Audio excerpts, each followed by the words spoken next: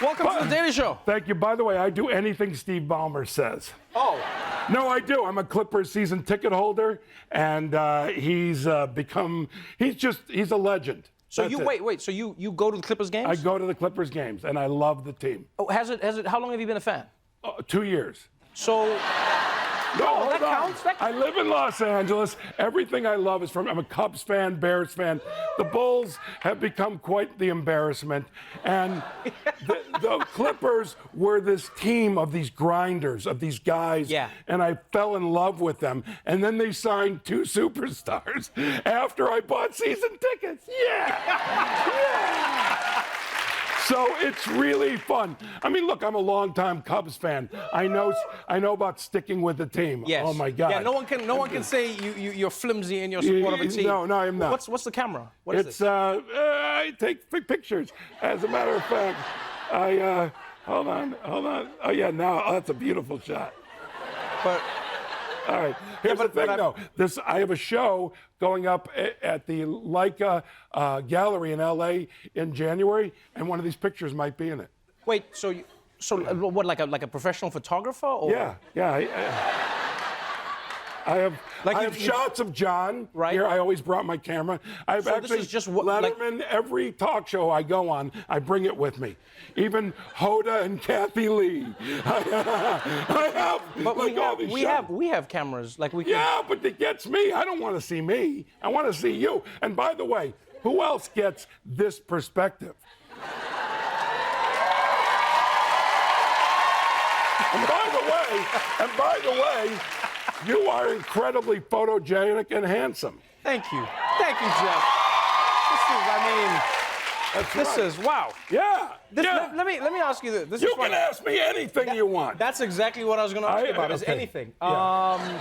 No, Jeff's one of the only people who's come to the show where, like, at most shows, what you do is you'll like talk to the person before they come on and just be like, "What are we going to chat?" Jeff was like, "I don't want to talk to you before. I don't want to know what you're going to talk." Like, is this who you've been, or is it because on Curb Your Enthusiasm everything is improvised? No, it's who I am.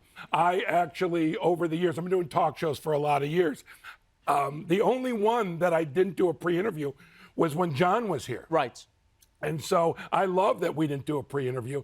And when you said we're going to do this, I go, I don't want to know. I don't want to know. I like being in the moment and like reacting when I don't want to think about it ahead of time. Oh, so you don't care about what happens? I don't care. All right. I'm glad. Hold on. I'm glad. No. I'm glad you say that. I'm full of joy. I'm glad you say that. I'm honored and thrilled to be here. Let's use that. I am so glad you say that because we have someone who claims to have your son. If you can come up.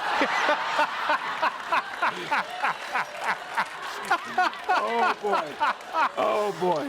Let me ask you this: like when you're making a show like Curb Your Enthusiasm, and I know there's another season coming up. No spoilers or anything, but when you're making a show like that where it's all improvised, are you ever worried before a scene that it's not going to be magic? Because we all love that show. Every scene is magic. Are you ever worried? No, I never. My stand-up is improvised. I go up and do an hour that's completely improvised. Wait, your stand-up is improvised? Every time I go up, except for this. Well, here, okay. So first off,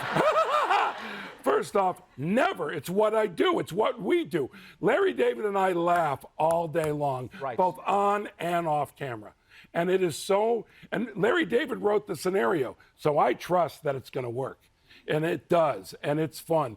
Sometimes he'll call me on the way home and go, "Here's what we could have done," and then we might do that later. We've reshot things. Okay.